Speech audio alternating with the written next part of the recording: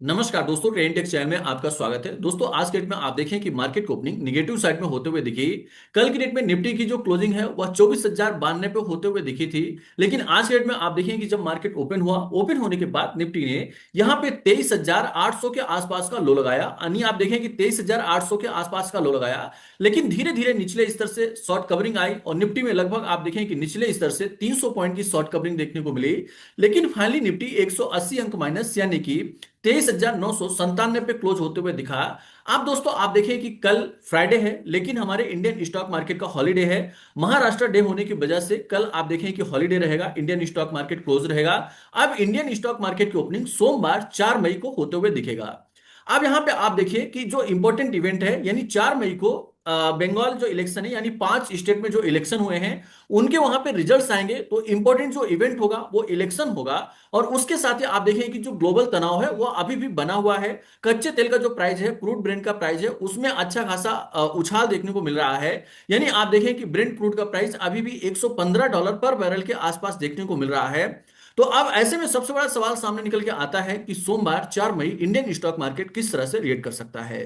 दोस्तों, इस बात को आप ध्यान रखिएगा कि 4 मई हमारे इंडियन स्टॉक मार्केट के लिए बहुत ही इंपॉर्टेंट होने वाला है, क्योंकि इलेक्शन का रिजल्ट भी आएगा। हो सकता है कि वीकेंड है, यानी फ्राइडे आप देखें कि इंडियन स्टॉक मार्केट क्लोज रहेगा।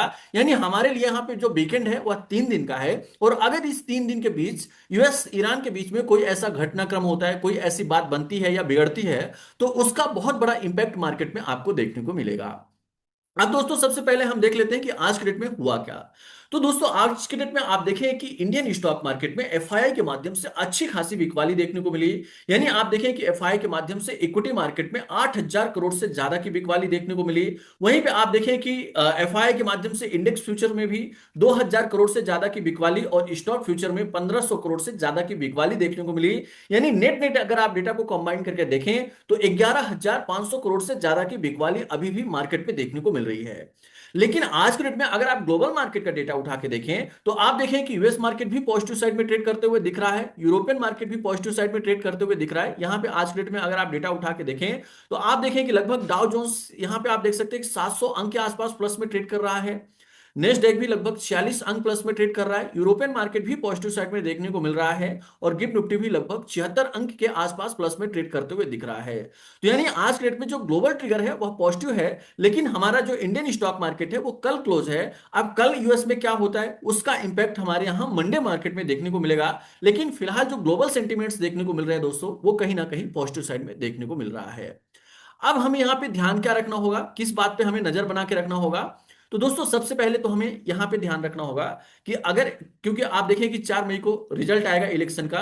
और अगर बंगाल में आप देखें कि बंगाल में अगर बीजेपी को बढ़त बनती है, यानी अगर बीजेपी की बहुमत होती है या बीजेपी वहां जीतती है, क्योंकि अभी भी आप देखें कि असम जो है वो बीजेपी के पास ही है और वेस्ट बंगाल जो है अभी टीएमसी के पास है। तो अगर वेस्ट बंगाल जो है वह बीजेपी के हाथ में जाता है और असम बीजेपी का बना रहता है, तो फिर वो मार्केट के लिए पॉजिटिव ट्रिगर होगा। लेकिन यहां पे अगर असम में सीट का टक्कर हुआ या कुछ ऐसी चीजें सामने निकल के आई और जो बंगाल है वहां पे बीजेपी को कोई भी बहुमत या बहुमत से दूर रहती है, तो फिर वो मार्केट के लिए एक निगेटिव ट्रिगर होगा। तो इसका जो इंपैक्ट होगा आप देखें कि लगभग 10-11 बजे के आसपास से सारी चीजें क्लियर होना चालू हो जाती हैं। तो आप थोड़ा सा जब 4 मई को मार्केट ओपन हो ट्रेड करें तो यहाँ पे इस पे आप नजर बना के रखें कि क्या इलेक्शंस का रिजल्ट आ रहा है, किसके पक्ष में माहौल बन रहा है। क्योंकि आप देखें कि कहीं ना कहीं जो 10 से 11 के आसपास स्थिति साफ हो जाती है कि किसकी बहुमत यहाँ पे आने वाली है। तो उस पे हमें नजर बना के रखना होगा। अब यहाँ पे आप देखिए निफ्टी के लिए इंपोर्टेंट जो लेवल सामने निकल के आ रहा है, आज के डेट में आप देखें कि जो निफ्टी की क्लोजिंग है वह 23,997 पे हुई। अब दोस्तों इंपॉर्टेंट क्या चीज है कि आज जो शॉर्ट कवरिंग मार्केट में आई, आप देखें कि डीआई की बाइंग आई, लेकिन जो एफआईआई है उनके माध्यम से बड़ी बिकवाली आई। यानी 11,500 करोड़ की बिकवाली है। अब यहां पे हमें नजर बना के रखना होगा कि ये जो शॉर्ट कवरिंग है ये बहुत पॉजिटिव इंडिकेशंस दे रहा है, लेकिन डेटा जो निकल के आ रहा है वो वीक है। अब हमें यहाँ पे सबसे पहले इलेक्शन के रिजल्ट पे नजर बना के रखना होगा। और दूसरा, कल की डेट में हम ध्यान रखेंगे कि जो ब्रेंट क्रूड का प्राइस है, क्योंकि अभी आप देखें कि ब्रेंट क्रूड का जो प्राइस है वो $115 पर बैरल के आसपास देखने को मिल रहा है। यानी कल तक अगर ब्रेंट क्रूड का जो प्राइस है वह $105 पर बैरल या $100 पर बैरल के आसपास आ जाता है, तो यह हमारे मार्केट के लिए ट्रिगर पॉजिटिव साइड में होगा। अब यहां पे निफ्टी में हमें इंपॉर्टेंट किस लेवल का ध्यान रखना होगा। तो दोस्तों अगर 4 मई को मार्केट ओपन होता है और ओपन होने के बाद निफ्टी 24,000 के ऊपर सस्टेन कर लेता है, यानी आप देखिए कि यहाँ पे क्लोजिंग क्या है, 23,957 है। यानी अगर मार्केट ओपन होता है, जिस हिसाब से ग्लोबल सेंटीमेंट्स दिख रहे हैं, इससे उम्मीद यही लग रही है कि मार्केट को अपनी पॉजिटिव साइड में हो जाए। लेकिन अगर मान लीजिए कि यहाँ पे टक्कर रही, फिर भी अगर निफ्टी 24,000 के ऊपर चला जाता है और उसके ऊपर सस्टेन होता है, देन आपको यहाँ पे ध्यान रखना होगा कि मार्केट पे पॉजिटिव मोमेंटम देखने को मिलेगा। और आप देखिए कि जो एक गैप है यहाँ पे, आप देखिए कि गैप डाउन ओपनिंग हुई थी मार्केट में, तो ये जो गैप है इसको निफ्टी लगभग यहाँ पे कवर करने की कोशिश करेगी। यानी अगर ये निफ्टी 24,000 के ऊपर टिका रहता है, देन आप देखें कि मार्केट में 24,300 से 24,400 तक के पॉजिटिव मोमेंटम मार्केट में देखने को मिल सकते हैं। तो हमें यहां पे ध्यान रखना होगा कि निफ्टी के लिए 24,000 बहुत ही इंपॉर्टेंट लेवल है। इसके ऊपर अगर निफ्टी टिका रहा तो आप देखें कि 4 मई को ही अगर मार्केट में पॉजिटिव मोमेंटम बनता है तो वह 24,400 तक के लेवल को टच कर सकता है। लेकिन दूसरे साइड हमें नजर बना के रखना होगा दोस्तों, क्योंकि रिजल्ट भी है, कई सारी चीजें हैं। यूएस ईरान के बीच में अगर एस्केलेशन बढ़ता है और भी दिक्कतें पैदा होती है, तो उस कंडीशंस में हमें क्या ध्यान रखना है।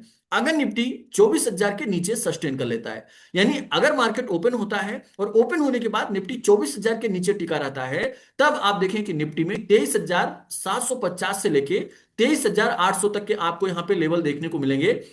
अब दोस्तों इंपॉर्टेंट क्या लेवल सामने निकल के आ रहा है, यानी मार्केट में यहां से फ्रेश पॉजिटिव मोमेंटम के लिए निफ्टी को 24,600 के लेवल को ब्रेक करना होगा।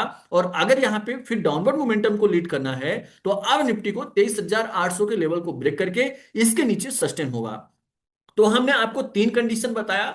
कंडीशन नंबर 1 क्या है, निफ्टी यहां पे 24,000 के ऊपर मतलब पॉजिटिव साइड में है, और उस कंडीशंस में निफ्टी 24,400 तक के भी लेवल दिखा सकता है। और अगर कंडीशन नंबर हमने आपको 2 दिया कि अगर निफ्टी यहां पे 24,000 के नीचे ही टिका रहता है, यहां पे 24,000 के नीचे रहता है, तो उस कंडीशंस में फिर आप देखें कि 23,000 आपको यहां पे 23,800 तक के लेवल देखने को मिलेंगे। और कंडीशन नंबर आपका यहां पे थर्ड जो निकल के आ रही है कि अगर निफ्टी 23,800 के लेवल को भी ब्रेक करता है, देन फिर आप देखें कि मार्केट पे बड़े डाउनवर्ड मोमेंटम देखने को मिल सकते हैं। तो हमें इस लेवल को ध्यान में रखना होगा।